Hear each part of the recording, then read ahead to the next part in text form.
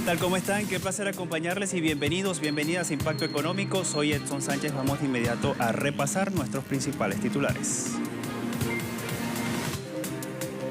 En Perú, unos 3.7 millones de trabajadores del sector privado han retirado recursos de los fondos de pensiones, mejor conocidas como las AFP. En noticias vamos a ampliar en breve esta información de nuestra América Latina.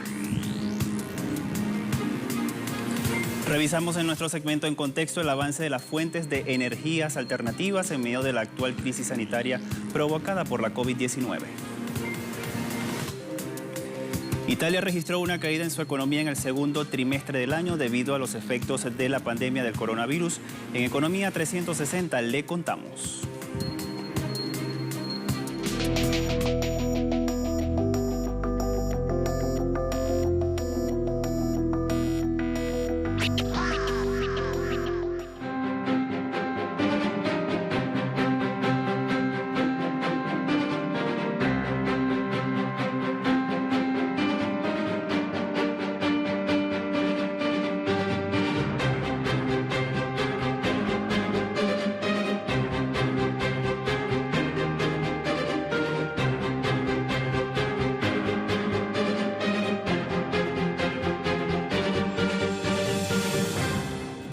Comenzamos con esta información. Las medidas de confinamiento aplicadas en Perú para contener el avance de la COVID-19 llevó a los trabajadores del sector privado a retirar los recursos de los fondos de las pensiones. Estamos hablando de las AFP. El Parlamento del país sudamericano, el 30 de abril de este mismo año, permitió a 6 millones de afiliados del sistema de pensiones retirar de forma voluntaria y extraordinaria hasta el 25% de sus fondos acumulados, con un máximo de $3.700 por persona.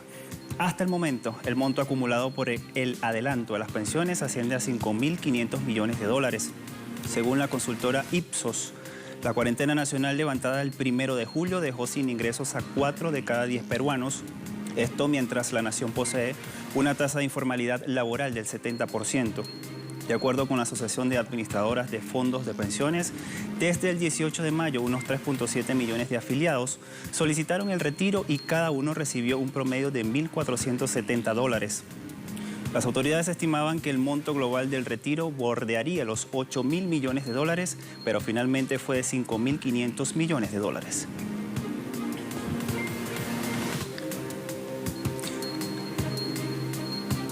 Otro país de la región donde se estudia la posibilidad del adelanto del retiro de los fondos de las pensiones para minimizar este impacto económico de la COVID-19 es en la fuerza laboral. Estamos hablando del país de Colombia. Los legisladores colombianos presentaron un proyecto en el Congreso para hacer uso del 10% del ahorro pensional que tengan en los fondos privados en medio de la crisis económica ocasionada por la pandemia del coronavirus y que ha dejado hasta el momento 4.3 millones de desempleados. Este proyecto de retiro parcial aplicaría para unos 8.6 millones de afiliados de los fondos de pensiones privados que se encuentren desempleadas o sean independientes. Hasta el cierre de junio, las administradoras de fondos de pensiones, mejor conocidas como las AFP, manejaron ahorros por 273 billones de pesos. Esto equivale a $73.448 millones. En Chile, el desempleo subió 12.2% en los meses de abril a junio de este mismo año debido a los efectos de la pandemia del COVID-19. Según el Instituto Nacional de Estadísticas, el INE, el desempleo entre abril y junio es de 4.9% más respecto a igual periodo del año pasado. Con este indicador de desempleo, la cifra total de desocupados ascendió a 996.910 personas frente a la fuerza laboral de 8.1 millones de trabajadores que ha perdido cerca de 1.78 millones de puestos de trabajo en este mismo año. En este contexto, el total de desocupados no considera a las 1.800 personas que se acogieron a la Ley de Protección al Empleo creada en marzo precisamente para mitigar los efectos de la pandemia. Sin la mencionada ley, el desempleo en el país alcanzaría 22.8%. En tanto, el número de personas que dejaron de buscar trabajo debido a las condiciones sanitarias llegó a 29.8% de acuerdo a los datos del INE. Y a nivel económico, el gobierno prevé una caída del 7.5% del Producto Interno Bruto. Costa Rica lanzó un sello artesanal que permite garantizar a los turistas extranjeros la posibilidad de obtener artesanías con características de identidad, calidad y también buen diseño. El presidente costarricense Carlos Alvarado señaló que el sello Costa Rica Artesanal viene para fortalecer las medidas de reactivación y sostenibilidad en el sector del turismo.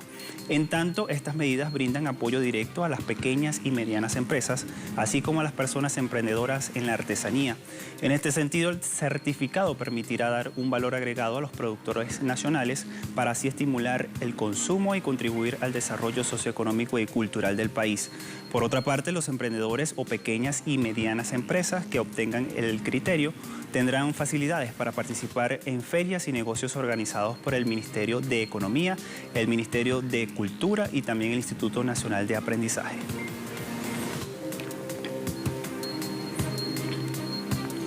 La digitalización puede hacer crecer 5.7% del Producto Interno Bruto en América Latina en 10 años. Esto lo titula así el portal web ruso Actualidad RT. Allí en sus pantallas dice en el interior de esta noticia, según el Banco Interamericano de Desarrollo, esto representa unos 325.000 millones de dólares en ingresos adicionales durante ese decenio.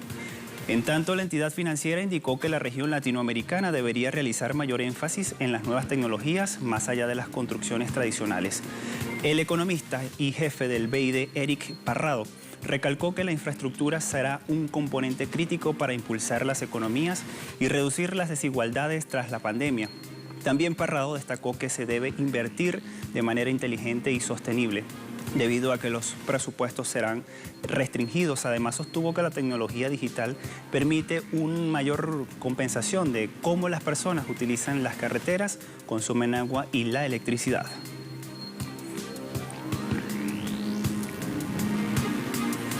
Nos vamos a una primera pausa. A la vuelta ponemos en contexto la eficacia de las energías renovables para enfrentar la COVID-19. No se aparte, ya volvemos con más de Impacto Económico.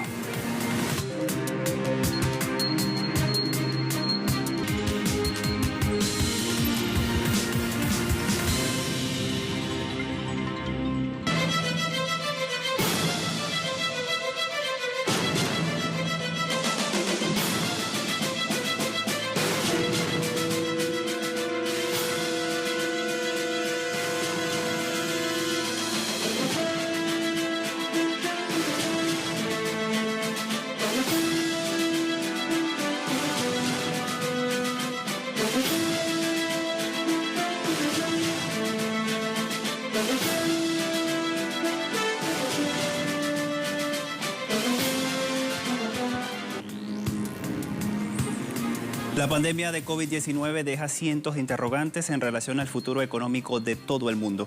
Sin embargo, una respuesta parece emerger de un campo ascenso provisto de sobradas muestras de eficacia. Estamos hablando puntualmente del uso de las energías renovables. Vamos a ver la siguiente investigación a continuación.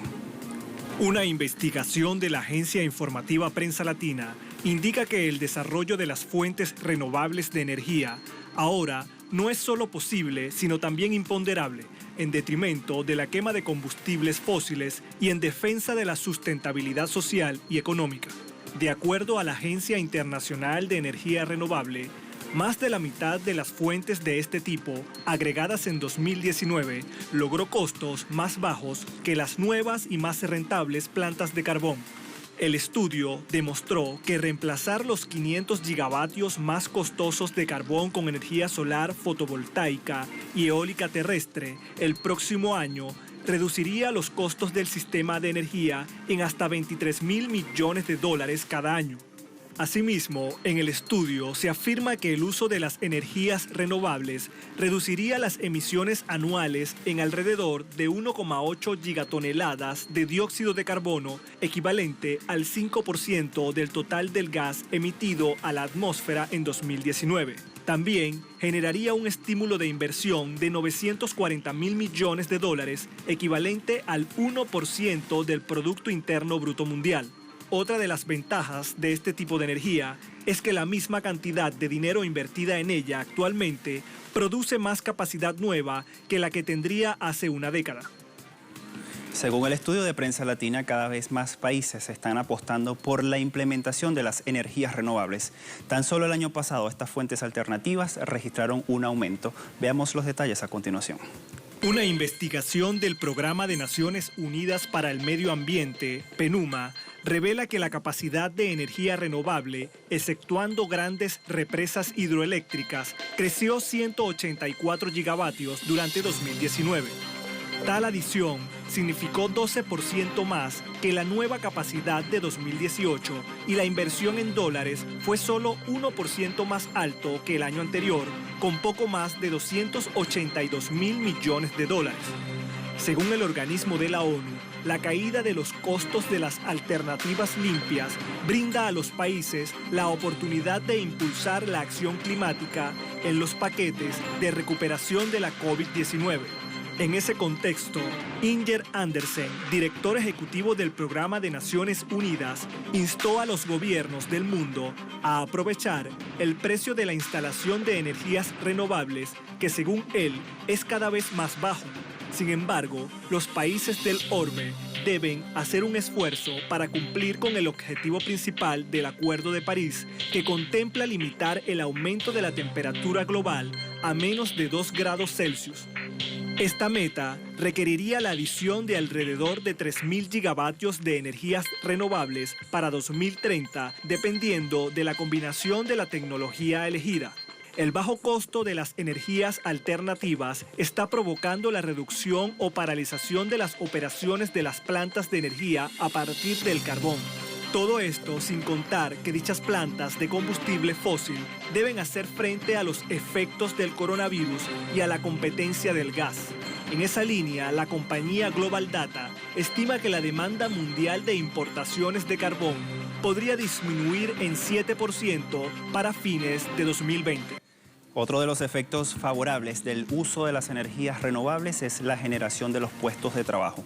Un comunicado del Consejo Global de la Energía Eólica destaca que la generación eléctrica a través del viento es uno de los sectores de más rápido crecimiento en el mundo y podría crear casi 4 millones de empleos directos y también indirectos.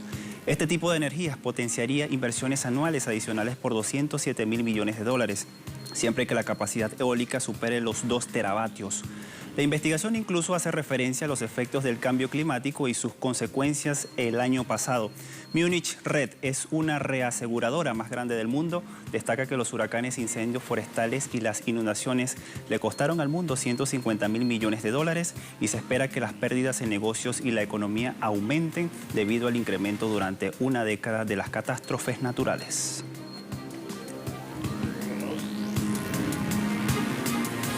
Tiempo de hacer una segunda pausa. A la vuelta hablamos en nuestro segmento Economía 360 del desplome del Producto Interno Bruto en Italia.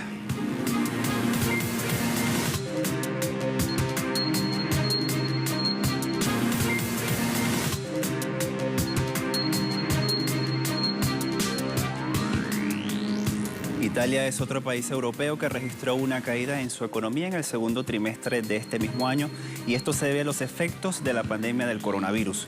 Según informó el Instituto Nacional de Estadística, el ISTAT, el Producto Interno Bruto de Italia cayó 12.4% entre abril y junio de este año, lo que lleva al país a la recesión, ya que en el primer trimestre la nación marcó una caída de 5.4%.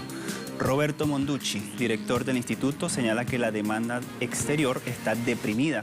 En ese contexto indica que los sectores más afectados fueron el turismo, que representa 6% del Producto Interno Bruto del país, y los bienes de lujo. Los últimos datos del Producto Interno Bruto procedentes de Europa no ayudan a la recuperación de Italia. España y Francia, economías que ocupan los primeros lugares de la Unión Europea, también han registrado números negativos de su Producto Interno Bruto en el segundo trimestre. Esto sin contar que Alemania, la primera economía de la eurozona, ha develado que su Producto Interno Bruto en dicho lapso marcó una contracción histórica de 10.1%. Las principales bolsas europeas cerraron este viernes con caídas debido al desplome del Producto Interno Bruto de la eurozona y en Estados Unidos. Madrid encabeza esta lista con una baja de 1.7%. Las bolsas de Londres y París son las segundas en esta lista con contracciones de 1.54 y 1.43% respectivamente. Milán y Frankfurt marcaron números negativos. Además, el índice Eurostoxx 50, que engloba a las 50 empresas europeas de mayor capitalización, han bajado 1.06%. La caída del Producto Interno Bruto de la zona euro, que se desplomó 12.2% en el segundo trimestre del año, junto con la baja del Producto Interno Bruto de los Estados Unidos, influyeron en los resultados de este viernes, que fueron con tendencias a la baja. La pandemia de COVID-19 también ha afectado el valor del dólar estadounidense en el pasado jueves, por lo tarde que registró una caída cuando los participantes del mercado asimilaron datos pesimistas. El índice del dólar que mide dicha moneda frente a 6 pares principales cayó 0.49%. En ese contexto, el dólar estadounidense compró 104.82 yenes japoneses, por debajo de 105.3 yenes japoneses de la sesión anterior. Asimismo, la divisa disminuyó a 0.90 francos suizos de 0.91 francos. En la víspera, el mercado conoció los datos del Departamento de Comercio estadounidense, que mostraron una caída de 32.9% del Producto Interno Bruto de los Estados Unidos en el segundo trimestre, considerada la mayor contracción de la historia. Además, las solicitudes de subsidio por desempleo del país llegaron a 1.43 millones la semana que terminó del 25 de julio pasado, un aumento de 12.000 desde el nivel revisado de la semana anterior, según lo refiere el Departamento del Trabajo. En la India, el aumento del impuesto al valor agregado, el IVA, sobre el diésel y la gasolina han provocado un incremento en el precio de los combustibles. El costo de la gasolina y el diésel subieron después de que los estados de la India aumentaron en mayo pasado el IVA, tratando de compensar el déficit en los ingresos generados o generales en medio del bloqueo por el coronavirus. Los precios más altos de los combustibles también están elevando los precios de los alimentos en las principales ciudades. En ese contexto, en junio pasado, los precios de la papa y el tomate crecieron alrededor de 30%. Los camioneros del país han manifestado que no pueden soportar el incremento. Ellos alegan que el costo del transporte ha crecido 25%. Sin embargo, el gobierno de Nueva Delhi ha sido el único que redujo el IVA sobre el diésel a 16.75% desde el 30% el pasado jueves. Mientras tanto, las personas en otras ciudades metropolitanas todavía están a la espera de esta caída de los precios del combustible. La Organización Mundial del Comercio, la OMC, informó que sus miembros no llegaron a un acuerdo sobre el nombramiento de uno de los 4 directores generales adjuntos como jefe interino. El papel del líder interino sería sobre todo administrativo durante un par de meses, mientras la organización elige a su nuevo director general, ya que el actual, Roberto Acevedo, estará en el cargo hasta finales de agosto por decisión propia. No obstante, una dificultad potencial se refiere al papel de la OMC en el arreglo de disputas. Si las partes de un caso no se ponen de acuerdo en la composición del panel adjudicatorio de 3 personas, como suele ser el caso, el director general puede de esta manera entonces intervenir para seleccionarlas.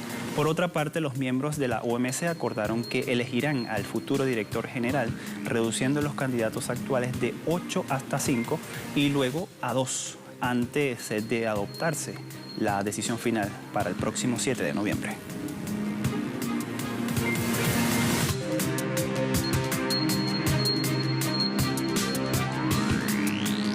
Pasamos de inmediato a revisar los indicadores petroleros al cierre de la jornada de este viernes. La relación de intermedio de Texas WTI, $40.25 el barril y tiene un alza de 0.33 centavos de dólar. Sumamos Brent de referencia en Europa, $43.38 el barril, sube 0.44 centavos de dólar. Y por último tenemos el crudo OPEP, que se ubica en $43.40 y tiene un alza de 0.26 centavos de dólar.